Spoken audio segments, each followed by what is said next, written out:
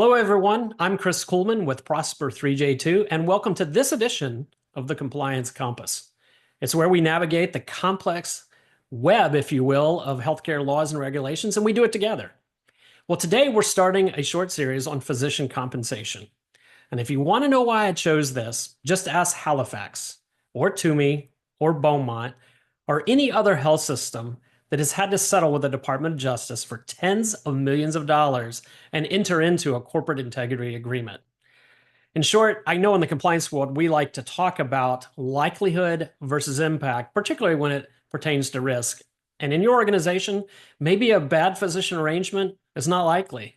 But if it does happen, let me tell you what is likely. It'll be catastrophic. And that's what we want to avoid.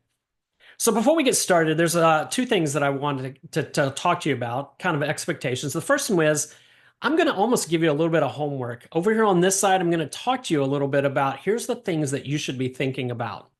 These are things that are going to be helpful in coming weeks and I would say in new editions as we talk about physician compensation. You'll be ahead of the game if you already start collecting this information.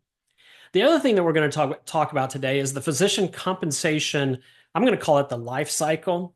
We're not going to dive into each one. We're going to do that in future episodes, future editions. But what we're going to do today is we're just going to say, here's the major life cycle events in a physician arrangement that you need to think about.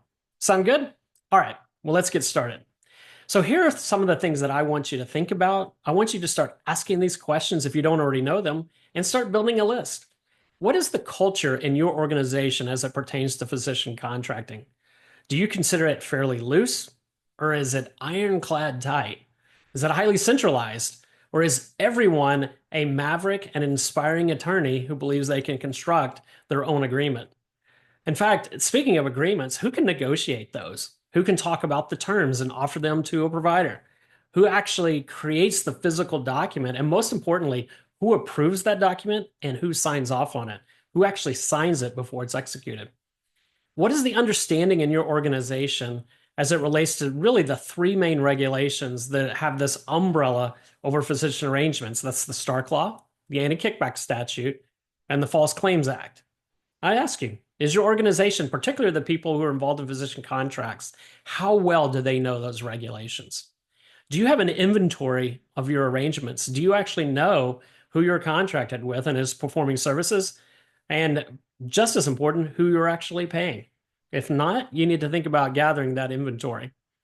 And then, even though you have these arrangements, who is monitoring them on an ongoing basis? Who's looking at them periodically and saying, hey, are we actually performing the way that this agreement is constructed? Maybe, maybe not. Okay, so that's kind of the homework. That's the things that I would like you to work on before our coming editions of the Compliance Compass. So here are the main, I would call them the 5 main components of the physician contractor physician arrangement life cycle. And we will dive into more detail in coming editions. The first one is really just having the agreement. And I'm not talking about the signed document. I'm talking about coming to terms. What has been offered to a physician? What are they looking for? How do you go about those negotiations? Who actually says this is what we can offer and this is what we ultimately agree to? The second component or the second piece of this life cycle is the actual creation of the physical document, the official contract, the execution of the agreement. Now it's been memorialized and now both parties can move forward. Third is the I'll call it the operation or operationalizing the agreement. When I say that, I used to have this conversation with attorneys all the time where we would often debate just because we could doesn't mean we should. And are we able to operationalize a particular agreement even though we can create it legal, or is it likely to become non-compliant very quickly because it's so difficult to administer?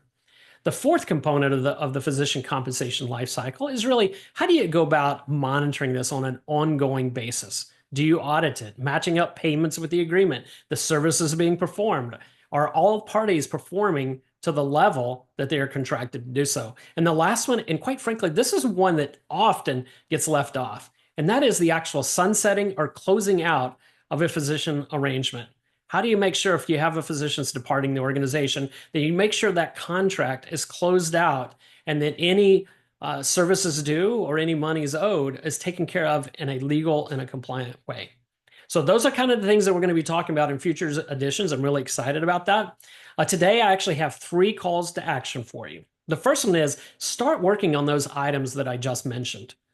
Make sure that you're prepared in the coming weeks because you'll be ahead of the game if you already start gathering some of those. The second is send me a private message with any question related to this. I'll take all those questions between now and the next edition, and I'll pick one of those and I'll answer it in our next edition. And lastly, if you haven't done so already, please subscribe to the Compliance Compass. I'm excited about all that we're going to be talking about over the coming weeks and months. Let's get going. I'll see you soon.